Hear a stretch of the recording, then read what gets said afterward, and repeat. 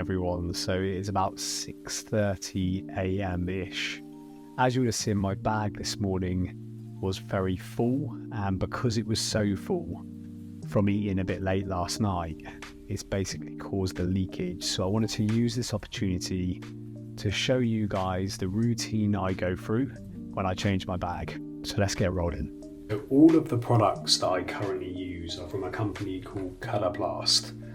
They focus on incontinent products, and they've given me the ability to live a relatively normal life.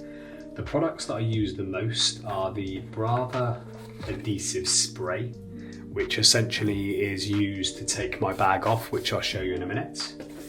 The dry wipes to clean around my stoma, and they also do some medical ones that basically cleanse the skin at the same time.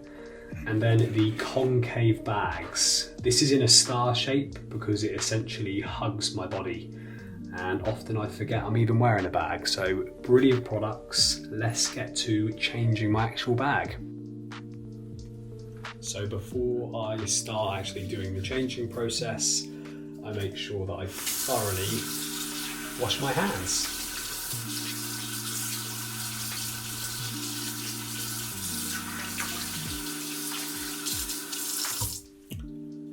Once that's done, I can get down to business. Now, before starting the process, I always make sure that I've got everything close by. So if anything does go wrong and my stoma decides to leak and be quite active, I can just grab it. It's nice and simple. So I start by removing the bag, and you can see the spray literally just makes the bag fall straight off. You don't even need that much. I use a bit of tissue immediately just to capture any stool or an overactive stoma. You can see straight away here with this bag, it's kind of started to leak and seep around the outside. And this can cause irritation and soreness just on the outside of my stoma. So it's important that I catch that early, otherwise it could cause problems.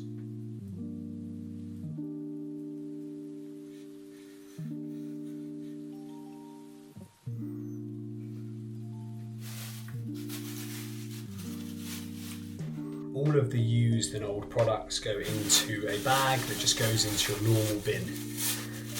So whilst my stoma is out, I want to share a couple of little facts. So the first thing is, this is a part of my small intestine, and it's an involuntary muscle. I can't feel when I'm about to go, and I can't control when I'm about to go. Equally, it's not sensitive, so it has no nerves, and I can't feel any pain when I touch it or when I clean it. The only bit of soreness I can sometimes get is the broken skin around the outside, which I've got products that help treat that. Once I've given my stoma a good clean and checked it for anything that shouldn't be there or unusual, it's then time to apply my new bag. I just have to make sure that the outside area is also super dry, otherwise I can have an early leak due to the bag not sticking properly. Now, before I actually apply my new bag, I always check the actual size of my stoma. These templates give you a guideline, which basically indicates the size of the hole that you should be cutting into your bag. I am currently sitting at around, let's have a look, 30 millimeters. So I know that the hole within my bag needs to be cut to 30 mil. Now, this new bag should last me around 3 days. If you're using a bag at the moment and it isn't lasting you 2 to 3 days or more, then you should probably look at changing products, because it might not be the right bag for you.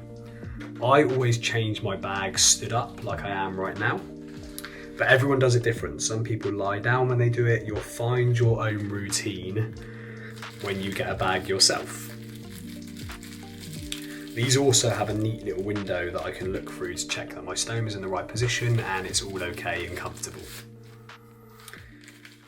I recommend holding your bag against your skin for a few seconds just to warm it up so it stays on and then you don't get an early leak again. Once you've done that process, you quite simply do the end point. And whilst I've got you there and I'm showing you this is the way that I actually empty my bag during the 3 days that it's on.